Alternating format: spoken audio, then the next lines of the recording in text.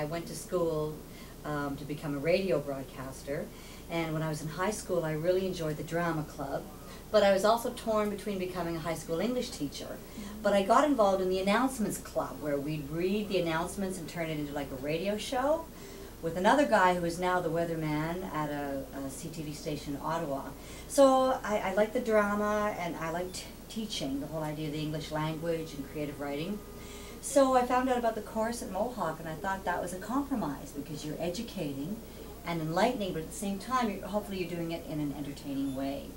So I got involved when, at first in radio, and we would record stories on little 8-track cartridges, type machines, and when the job possibility came up at CKVR in Barrie, I didn't want to do TV because I thought, oh, lights, cameras, that's too much technical stuff. But a news director of CKOC Radio in Hamilton, where I was working at the time, said, take the job, you won't regret it, so I did.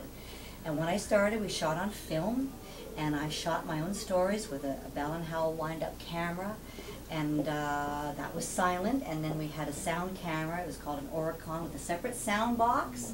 So I'd go set up my tripod, which was big and wooden, set up my lights, do a light meter check, and then frame it all up, put my guests there, then I'd turn the camera on and run around in front of it and do my interviews. And that's how stories were covered. Then I would edit my own film on what was called a flatbed editing unit with glue and tape the film together. And news came to us not on a computer, of course, but on big teletype machines, which were like typewriters on a stand that just constantly typed. And we'd have big giant hooks on the wall. And part of my job was to rip the copy. And you'd literally rip off a chunk of copy, and if it was national, it went on the national hook. If it was Ontario, it would go on the Ontario hook. If it was sports, on the sports hook. And you'd come in on a Saturday morning, and there'd be like miles and miles of this paper, and you'd have to roll it all up and go through and rip all your copy.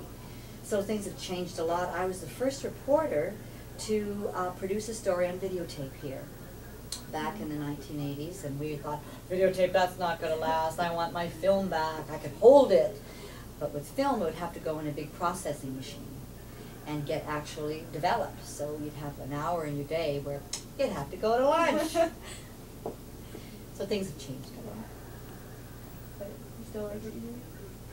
I really love working with people in the community, and I think local news binds communities together, because by sharing stories of loss or tragedy or injustices, you're telling people that there are wrongs, and then people can get together and say that's not right and do something about it.